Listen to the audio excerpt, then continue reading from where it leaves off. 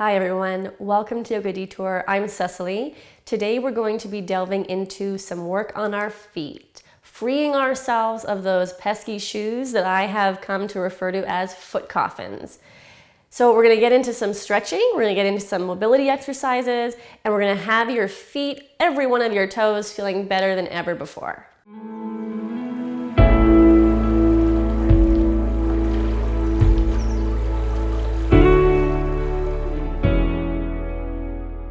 Okay, so if you have anything lying around like a ball, I have one of my tune-up balls here. A tennis ball would work. A lacrosse ball is a little bit hard, but it would do the trick as well. Anything that you might use as a massage tool, including your thumb, would be all right here. Those of you who opt for thumb, feel free to stay seated or grab a chair. Those of you who are going to use a ball with me, we're going to stand up. The idea here with using a ball under the foot is to gradually move the ball around into the different surfaces. So the inner arch, the outer arch, the area underneath the ball of the foot, into your toes, as well as then into your heel. You'll notice that if you lean more weight into the foot that you're working on, that things will be a little bit more intense. So you can modify that, leaning back into your other leg whenever you want to be more gentle, leaning into the ball whenever you want to feel like you're really getting in there. Typically, I spend at least 30 to 60 seconds working on one foot, but if you feel like you need longer or less time, you decide. Feel free to hit pause on this video whenever you need to. I'm going to go ahead and switch to the other foot. And whenever we're working single foot like this, you can really pay attention to whether one foot feels remarkably different than the other. For me, it's my right leg. My right foot always feels like it's got a little bit more tension in it than my left. So on some days, I'll spend more time working on that right foot. Playing with the position of the toes here can also impact what you feel in that massage. So lifting the toes away from the floor, which brings more stretch into the bottom of the foot, or try and curl the toes over the ball and see what that does as the muscles kind of contract against the ball. Okay. And once the massage feels like it's done what it needs to do, you can just set the ball off to the side, and then we're going to make our way down onto the hands and knees. The first thing I'm going to do here is just some gentle rocking forward and back. And as I'm rocking, can you see that my toes are tucked under? I want to try and have each one of the toes making contact with the floor so that then as I lean back into them, I'm working into my toe hinge. Eventually, the hands are going to come back toward the knees. I'm going to walk my knees and feet toward each other and then try and sit back. Some of you might feel like you need to sit forward, which is totally fine. Over time, the idea is to sit back so that the body creates more of a load into the toes to get those joints to bend the way they were designed to bend. So if you're all right to stay here for a couple more seconds with me, let's reach the arms over the head, interlace the fingers, spin the palms up, and just take a couple of quiet breaths.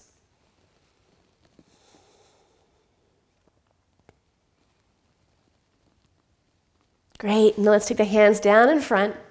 Relax those toes, reset the knees underneath you, and now we're going to start to reach back that right leg so the top of the foot's on the floor, and I'm going to start to smush it around, the technical term, just to get all the little surfaces there on the top of the foot, the big toe edge, the baby toe edge, making contact with the mat in a way that is introducing different angles into my ankle joint. Watching the foot move can show you that some of those angles might be less accessible than you think they are. Okay? Once we do a couple of directions of that leg, I'm going to take the other foot back and do the same thing. Rolling over the foot, drawing a circle with the heel in a way that feels good. You know, it's kind of like an ooey gooey movement, nothing too intense, just nice and therapeutic for that joint, going again in both directions. And then once I've got the smushing over with, we're going to take the leg all the way up behind us. When you do that, if you feel like there's some unpleasantness in the wrists, then feel free to come down onto your elbows instead. Similarly, if taking that leg up creates too much pressure in the hip of your supporting leg, feel free to adjust the alignment of that knee or that shin bone to make it more comfortable, all right? So once I've got the leg up in the air, I'm going to start to point those toes as hard as I can so that I feel the little muscles in the bottom of my foot almost cramping up, keeping the knee totally straight at the same time. And right before my foot's going to cramp up, boom, I flex it. And I pull the toes down, reach back through the heel, and now I'm looking for activation in the front of my ankle, the top of my foot, actively pulling those toes forward. Then I'll alternate between those two positions a couple times. Working the muscles in the foot as well as the muscles that connect the foot to the rest of my leg. Let's bring that right knee down and do the same thing on the left. Starting with the pointed toe, really squeezing, and then flexing. And as I flex, actively pulling the toes forward, reaching the heel back, keeping the legs straight, and then alternating back and forth.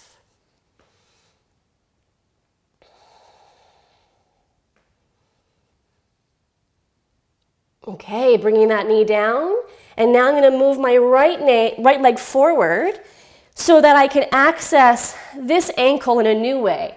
Some of us might start to just stay up tall here and intentionally draw that knee forward of the toes. If it feels more comfortable to do that in more of a lunge position, feel free to pad the knee, rolling the edge of your mat in, or taking a blanket or pillow underneath it instead. Some of you might be all right to take that left heel in and sit right down on top of it. In which case, we can hug that right heel nice and close, turn and bring the chest out over the thigh, and here I'm using my upper body like a load, a weight, to encourage the bending right through here in the front of my ankle. I can move around a little bit there, exploring if there's certain lines of tension that feel more beneficial. And then I'm going to play with pushing down. So my whole foot right now is thinking of making an imprint in the floor. I'm pressing. And then I can alternate the pressing with a pull. So you might not be able to see anything big happening here, but very gently you can see the muscles in my foot respond if I pull versus push. Pull versus push.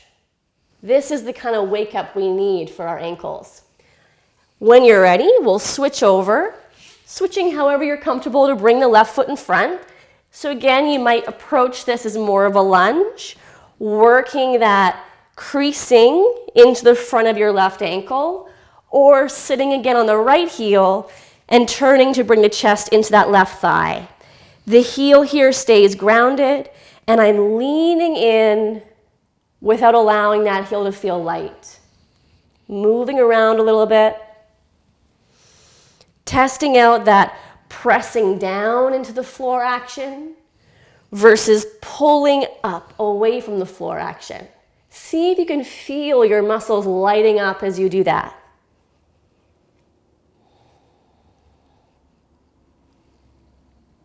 And then when you're ready, take the hands forward.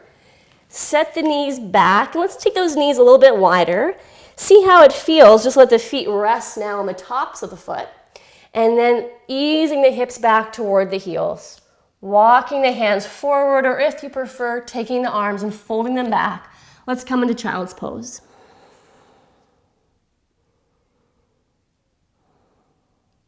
Feel free to stay in that child's pose as long as it feels good for you. I hope this video helped your feet feel as happy as mine do right now. If this is the kind of work that feels like it's most beneficial for you, please tune in to our other video on foot strength, putting your best foot forward. Thanks for joining us today. I look forward to seeing you again when we follow the detour.